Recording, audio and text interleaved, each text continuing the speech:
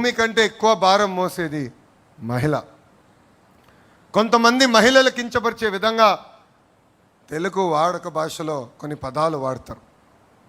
గాజులు తొడుక్కున్నావా, చీర కట్టుకున్నావా, అమ్మాయిలాగా ఏడవద్దని మాట్లాడతారు. నేను అనేక ప్లాట్ఫామ్స్లో దీని గురించి మాట్లాడా. ఈ పదాలకి ఫుల్ స్టాప్ పెట్టాల్సిన బాధ్యత ఇక్కడ ఉన్న మనందరిపైన ఉంది. మహిళల్ని గౌరవించాల్సిన బాధ్యత మనందరిపైన ఉంది. మనం చూసాం. నేను విద్యాశాఖ మార్చులు అయిన తర్వాత స్కూల్ బుక్స్లో ఇంటి పనులన్నీ ఆడవాళ్ళు చేసే ఫోటోలు ఉండేది. అలాంటిది ఇప్పుడు 50% చేశాం. అంటే 50% ఫోటోలు ఆడవాళ్ళు చేస్తున్నారు, 50% ఫోటోలు మగవాళ్ళు చేస్తున్నారు ఇంటి పనులు. ఎందుకంటే మార్పు మన ఇంటి నుంచి మొదలవ్వాలి. మార్పు అనేది మన పాఠశాల నుంచి మొదలవ్వాలని బలంగా నేను నమ్ముతున్నా.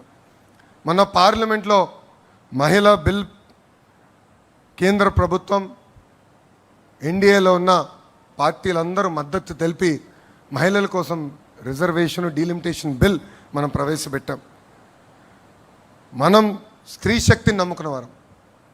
ఆ బిల్కి సంపూర్ణ మద్దతు మనం తెలిపాం. కానీ ప్రతిపక్షంలో ఉన్న కాంగ్రెస్ పార్టీ, దాంతోపాటు ఉన్న కొంతమంది అలయన్స్ పార్ట్నర్స్ అందరూ ఆ బిల్లు ముందరికి వెళ్లకుండా చేశారు. అందుకే ఈ వేదికగా నేను ఒక ప్రతిపాదన చేస్తున్నా. రాబోయే రోజులు పార్లమెంట్లో బిల్ పాస్ అయినా అవ్వకపోయినా తెలుగుదేశం పార్టీ కనీసం 33% స్థానాలు మహిళలకి రిజర్వ్ చేయాలని నేను ఈ సభాముఖంగా తీర్మానం చేస్తున్నా. అంటే కనీసం 33% సీట్లు మహిళలకు అందించాలని. I strongly believe that the next era of Indian politics belongs to women leadership. India took a historic step by bringing the Women's Reservation Bill. Our vision is clear. Women must not remain beneficiaries alone. Women must become decision makers. Unfortunately, in the recent parliament session, opposition parties rejected this bill. Many parties talk about women empowerment during elections and forget about them after elections. But Telugu Desam Party, since our inception, always believed in the power of women. We have always supported their aspirations and dreams. We stood by them and we believe that they have greater role to play in Indian political discourse. Therefore, I propose that we leave from the front. Today, from this sacred Mahanadu stage, I propose that in the 2029 elections, Telugu Desam Party should allocate 33% seats to women, not as a slogan, but as a commitment to the future of India. We want more women lawmakers. We want more women leaders. We want more women policy makers. And future of Telugu Desam Party will be led shoulder to shoulder by our women. This is our resolve. This is our responsibility. This is our commitment. ఈ ప్రభుత్వం వచ్చాక red book పాలనతో YSRCP నాయకులపై, కార్యకర్తలపై దాడులు పెరిగాయి. దాదాపుగా 21 మంది రాజకీయ హత్యలకు గురయ్యారు. ఇప్పుడు చెప్పండి, ఎవరిది గొడ్డలి పార్టీ? మాటలు మాట్లాడడం కాదు, ఇవాళ రేపు ప్రతి ఒక్కటి విత్ ప్రూఫ్ అందరికీ అందుబాటులో ఉన్నాయన్న విషయం గుర్తు పెట్టుకుని మాట్లాడాలి. మాట్లాడే ముందు రాష్ట్రంలో శాంతి భద్రతల గురించి మాట్లాడతారు మీరు. రాష్ట్రంలో శాంతి భద్రతల గురించి ఇంకా మీరే మాట్లాడాలి. ఈ రోజున ఏ ఒక్క మహిళ అయినా ధైర్యంగా రోడ్డు మీదకి వెళ్లే పరిస్థితి ఉందా రాష్ట్రంలో? ధైర్యంగా పోలీస్ స్టేషన్కి వెళ్లి కంప్లైంట్ ఇవ్వగలరా? ఇచ్చినా కంప్లైంట్ తీసుకుంటారన్న నమ్మకం లేదు, తీసుకున్నా ఆమెకు న్యాయం జరుగుతుందన్న నమ్మకం లేదు. శాంతి భద్రతల గురించి మీరు మాట్లాడతారు. ఎవరు కర్రలతో ఇళ్ల మీదకి దాడులు చేస్తారో తెలియదు, ఎవరి ఇళ్లలోకి వచ్చి కార్లు బద్దలు కొడతారో తెలియదు, ఎవరి ఇంటి మీద పెట్రోల్ బాంబులు వేస్తారో తెలియదు, ఎవరు కండువాలు కప్పుకుని వచ్చేసి కత్తులు పెట్టి పొడి చేస్తారో తెలియదు. మీరు మాట్లాడతారు శాంతి భద్రతల గురించి. ఎక్కడ చూసినా ఈ రోజున రాష్ట్రంలో ఉన్నవి అక్రమ కేసులు, అక్రమ అరెస్టులు, అమాయకులను జైళ్లకు పంపించడం, సోషల్ మీడియా వేధింపులు, రాజకీయ కక్ష సాధింపులు. ఇవే ఉన్నాయి రాష్ట్రంలో. ఒక ప్రభుత్వ ఉద్యోగినికి కూడా ఈ రోజున ఈ ప్రభుత్వంలో న్యాయం జరగట్లేదు. ఒక ప్రభుత్వ ఉద్యోగిని రైల్వే కోడూరు ఎమ్మెల్యేపై అత్యాచారం, మోసం ఆరోపణలతో డైరెక్ట్ గా, కింద వాళ్ళు ఎవరికి కూడా చెప్పలేదు, డైరెక్ట్ గా సీఎంకే మొరపెట్టుకుంటే, సీఎంకే కంప్లైంట్ చేస్తే ఈ రోజు వరకు కూడా అతనిపై ఎలాంటి చర్య తీసుకోలేదు. మీరు మాట్లాడతారు శాంతి భద్రతల గురించి. ఒక స్కూల్ ప్రిన్సిపల్ టీడీపీ ఎమ్మెల్యే ఆమెని వేధిస్తే, స్కూల్ ప్రిన్సిపల్ ని, ఆ ఎమ్మెల్యే మీద ఎలాంటి చర్య లేదు. మీరు మాట్లాడతారు శాంతి భద్రతల గురించి. ఇక మంత్రి సంధ్యారాణి గారి పిఏ లైంగిక వేధింపులు ఆయనపై ఆరోపణలు వస్తే దాని మీద కూడా ఇప్పటివరకు ఎలాంటి చర్య లేదు. మీరు శాంతి భద్రతల గురించి మాట్లాడతారు. గుంటూరు ఈస్ట్ ఎమ్మెల్యే మహిళలతో అసభ్య వీడియో కాల్స్ మాట్లాడినా ఎలాంటి చర్యలు ఉండవు. జూనియర్ ఎన్టీఆర్ గారి తల్లిని అవమానించిన అనంతపురం ఎమ్మెల్యే గారిపై ఎలాంటి చర్యలు ఉండవు. మరి మహిళల గౌరవం గురించి మాట్లాడే అర్హత మీకెక్కడిది అని అడుగుతున్నాం మేము. మీకెక్కడిది అర్హత? ఈ శక్తి అంటే సభలో చప్పట్లు కొట్టడం కాదు, సభలో చప్పట్లు కొట్టడం కాదండి. స్త్రీ శక్తి అంటే నిజమైన స్త్రీ శక్తి ఎలా ఉంటుందో గత ప్రభుత్వంలో జగన్మోహన్ రెడ్డి గారు చేసి చూపించారు. మీలాగా మాటలు చెప్పి ఆగిపోలేదు. ప్రతి ఇంట్లో ఒక నమ్మకాన్ని కలిగించారు ఆయన. అది నిజమైన స్త్రీ శక్తి అంటే. మహిళల గౌరవం పోస్టర్లలో కాదు, పాలనలో చూపించాలి అని ప్రూవ్ చేశారు వైఎస్ జగన్మోహన్ రెడ్డి గారు. ఇక మీరు మహిళా సాధికారత గురించి మాట్లాడుతున్నారు కాబట్టి మరొక్కసారి మీకు గుర్తు చేసే ప్రయత్నం చేస్తాను నేను. మహిళా సాధికారత అంటే నిజంగా ఏంటో చేసి చూపించింది మహిళా పక్షపాతి అయిన శ్రీ వైఎస్ జగన్మోహన్ రెడ్డి గారి ప్రభుత్వం. ఆయన ప్రభుత్వంలోనే మహిళలకు నిజమైన సాధికారత కలిగింది. దేశంలో మరెవ్వరూ చేయని విధంగా మహిళలకి అధికారం, ఆర్థిక బలం, సామాజిక గౌరవం ఇచ్చారు. మహిళలకి డిప్యూటీ సీఎం పదవులు ఇచ్చారు, వరుసగా హోమ్ మినిస్టర్ పదవులు ఇచ్చారు, ఎమ్మెల్యేలుగా, అలాగే చిన్న చిన్న పదవులు, మున్సిపల్ చైర్మన్ పదవులు, జెడ్పీ చైర్మన్ పదవులు, ఇలా వీటిల్లో కూడా మహిళల్ని భాగస్వామ్యం చేసుకున్నారు ఆయన.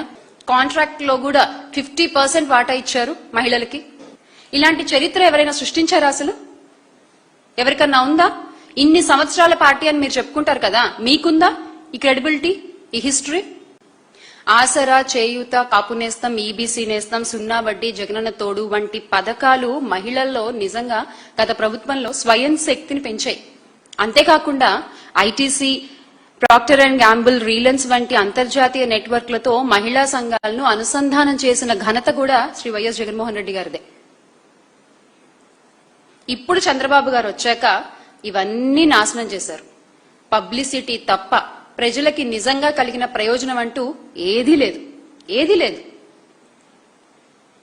2 ఏళ్ల పాలన నిజంగా మాట్లాడుకుందాం. మీరు ప్రజలకు చేసిందేంటి? మీరు ప్రజలకి చేసిందేంటి? 2 ఏళ్ల తర్వాత కూడా చంద్రబాబు నాయుడు గారు, లోకేష్ గారు చేస్తోంది ఏంటయ్యా అంటే నిత్యం జగన్మోహన్ రెడ్డి గారిపై నిందలేయడం, వైఎస్ఆర్ కాంగ్రెస్ పార్టీ నాయకులపై కేసులు పెట్టడము, సోషల్ మీడియా వాళ్ళని అరెస్టులు చేయించడము. ఇది మీరు చేస్తుంది. ఎన్నికల ముందు ఒక మాట, అధికారంలోకి వచ్చాక ఒక మాట. ఈ రోజున చెప్తున్నాము, నిజంగా రాష్ట్రంలో మీరు యు లాస్ట్ యువర్ క్రెడిబిలిటీ.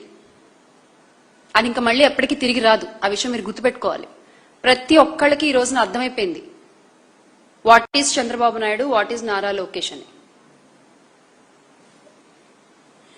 మహానాడులో మీ మాటలు మాత్రం చాలా పెద్ద పెద్దగా ఉన్నాయండి, చాలా పెద్ద పెద్దగా ఉన్నాయి. కానీ ప్రజలకు జరిగే మేలు మాత్రం శూన్యం. మీరు పబ్లిసిటీలో కింగులు, ఒక మాటలో చెప్పాలంటే మీరు పబ్లిసిటీలో కింగులు ఒప్పుకుంటున్నాం. కానీ పరిపాలనలో మాత్రం పిల్లులు, పరిపాలనలో మాత్రం మీరు పిల్లులు. ఇక హామీల విషయంలో గుంట నక్కల్లా వ్యవహరిస్తున్నారు. హామీల విషయంలో మీరు గుంట నక్కల్లా వ్యవహరిస్తున్నారు. జగనన్న ప్రభుత్వ కాలంలో గ్రామ సచివాలయ వ్యవస్థ, వాలంటీర్ వ్యవస్థ, నాడు నేడు, ఫ్యామిలీ డాక్టర్, రైతు భరోసా, అమ్మ ఒడి, ఆసరా, చేయూత, ఇలా ప్రతి పథకం, పూర్తి ఫీ రియంబర్స్మెంట్, వసతి దీవెన, ఆరోగ్యశ్రీ విస్తరణ, అందరికీ ఇళ్లు, ఇలా ప్రజల జీవితాల్లో మార్పు తీసుకొచ్చే కార్యక్రమాలు ఎన్నో వచ్చాయి. కానీ ఈ రోజున మీ పాలనలో ఏమొచ్చాయంటే తిట్లు, శాపనార్థాలు, ప్రతీకార రాజకీయాలు. ఈ 2 సంవత్సరాల్లో జరిగినవి ఇవే. ఇక్కడ ఇంకో విషయం కూడా చెప్పాలనుకుంటున్నాము. నిన్న మామ, మరదలు, తమ్ముడు పార్టీ మహానాడు పేరిట నిజంగా మీరు చేసిన మహానాటకం మాత్రం అద్భుతం అండి. ఆ మహానాటకం మాత్రం అద్భుతం అంతే. ఎందుకంటున్నా అంటే మామగారైన ఎన్టీఆర్ ని వెన్నుపోటు పొడిచారు, మరదల గారి బలవన్ మరణానికి మీరు కారకులయ్యారు, తమ్ముడు గారినేమో గొలుసులేసి కట్టేశారు. నిజమే కదా ఇవన్నీ? అందుకే ఆ పార్టీ మామ, మరదలు, తమ్ముడు పార్టీ అని పిలవక తప్పట్లేదు. అంటే మీరు మీ లిమిట్స్ దాటి మాట్లాడితే మేము ఇలాగే మాట్లాడాల్సి వస్తుంది. మేము కూడా ఇలాగే మాట్లాడాల్సి వస్తుంది. ఇన్నాళ్ళు మేము మాట్లాడలేదు అంటే అది చేతకాక కాదు, కొన్ని విలువలు మాకు ఉన్నాయి కాబట్టి మేము మాట్లాడలేదు. మీరు ఈ రోజు ఇంత దిగజారి మాట్లాడుతుంటే మీ అంత దిగజారడం మాకు రాదు, కానీ మేము కూడా నిజాలు తేట తెల్లంగా ప్రజలకు చెప్పాల్సి ఉంటుంది. మహానాడు వేదిక పైన అసలు ఉన్నవారికి ఎవరికైనా క్రెడిబిలిటీ ఉందా అండి? నెత్తి మీద రూపాయి పెడితే చెల్లి అర్హత ఉందా? అలాంటి వాళ్ళందరూ వైఎస్ జగన్మోహన్ రెడ్డి గారిపై ఇష్టం వచ్చినట్టు మాట్లాడుతున్నారు, ఇష్టం వచ్చినట్టు నిందలేస్తున్నారు. అక్కడ ఉన్న వాళ్ళందరూ ఎవరంటే కబ్జా రాయుళ్లు, బ్యాంకు దోపిడీదారులు, అమరావతిలో అవినీతి పరులు, మహిళలను లైంగికంగా వేధించిన వాళ్ళు, డిఎస్సి స్కామ్స్టర్లు, వీళ్ళే అక్కడ ఉన్న వాళ్ళంతా. ఇంకా అక్కడ మిగతా వాళ్ళు కూడా ఉన్నారు. ఏ వేదిక మీద అయితే మేము మహిళలకి 33% రిజర్వేషన్ మేము ఆమోదిస్తున్నామని చెప్పారో అదే వేదికపై ఇంకో కొంతమంది కూడా ఉన్నారు. వాళ్ళెవరంటే మహిళా బిల్లును ఓడించిన కాంగ్రెస్ తో వెంటనే విందులు చేసిన వాళ్ళు అన్నమాట. వాళ్ళు కూడా ఆ వేదికపై ఉన్నారు. వీళ్ళందరూ కలిసి ఈ రోజున జగన్మోహన్ రెడ్డి గారి గురించి, వైఎస్ఆర్ కాంగ్రెస్ పార్టీ గురించి మాట్లాడతారు. అసలు సకల శాఖ మంత్రి గారికి, గౌరవ విద్యాశాఖ మంత్రి గారికి, శ్రీ నారా లోకేష్ గారికి ఒక ఓపెన్ సవాల్ అండి, ఒక ఓపెన్ ఛాలెంజ్. ఈ రోజున మీరు అన్నారు కదా చర్చకు సిద్ధమని. ఎస్, మీరు ఏ టీవీ ఛానల్కి రమ్మంటే ఆ టీవీ ఛానల్కి వస్తాము. మీరు ఫస్ట్ టైం ఎమ్మెల్యే కాబట్టి మా పార్టీ నుంచి కూడా ఒక ఎమ్మెల్యే గారు వస్తారు. ఒక ఎమ్మెల్యే గారు ఆ చర్చలో మీతో పాటు పాల్గొంటారు. Yes, we are ready. Open challenge. మీరు చెప్పండి ఏ ఛానల్. బట్ అంతకంటే ముందు మీ శాఖలో పెండింగ్ లో ఉన్న పూర్తి ఫీ రియంబర్స్మెంట్, వసతి దీవెన బకాయిలు దాదాపుగా 10,000 కోట్లు ఎప్పుడు మీరు ఇస్తారో చెప్పండి, ఎప్పుడు మీరు ఇవ్వగలరో చెప్పండి. అలాగే డిఎస్సి అక్రమాలపై ఎందుకు మాట్లాడకుండా పారిపోతున్నారో చెప్పండి. మీరు ఆన్సర్ చేయాలి. ఇది డెఫినెట్ గా తప్పించుకుని వెళ్ళిపోదాం అనుకుంటే మాత్రం కుదరదు. ఎందుకంటే ఈ రోజున paper leak, data delete, merit list మాయం, ఇది మీ హయాంలో జరిగిన డిఎస్సి విధానం. మీ శాఖలో లీక్లతో పాటు డార్క్ ఆపరేషన్ ని ఎందుకు మీరు బయట పెట్టలేకపోతున్నారు? ఎందుకు మీరు దాని గురించి మాట్లాడలేకపోతున్నారు?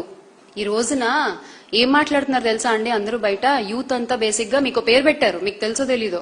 రాష్ట్ర యువత అంతా విద్యాశాఖ మంత్రి గారికి ఓ పేరు పెట్టారు. ఆయన లోకేష్ గారు కాదు, పేపర్ లీకేష్ గారు అని. మీ హయాంలో ఎన్నిసార్లు పేపర్ లీక్లు అయ్యాయండి? ఎన్నిసార్లు పేపర్ లీక్లు అయ్యాయి?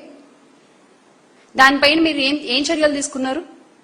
అడిగితేనేమో మాట్లాడరు, మాట్లాడే వాళ్లపై ఏమో కేసులు పెడతారు. మీరు పరీక్షలు నిర్వహించే దాంట్లో డొల్లతనం పెట్టుకుని అడిగిన వాళ్లపై కేసులు పెడతామంటే ఎలా?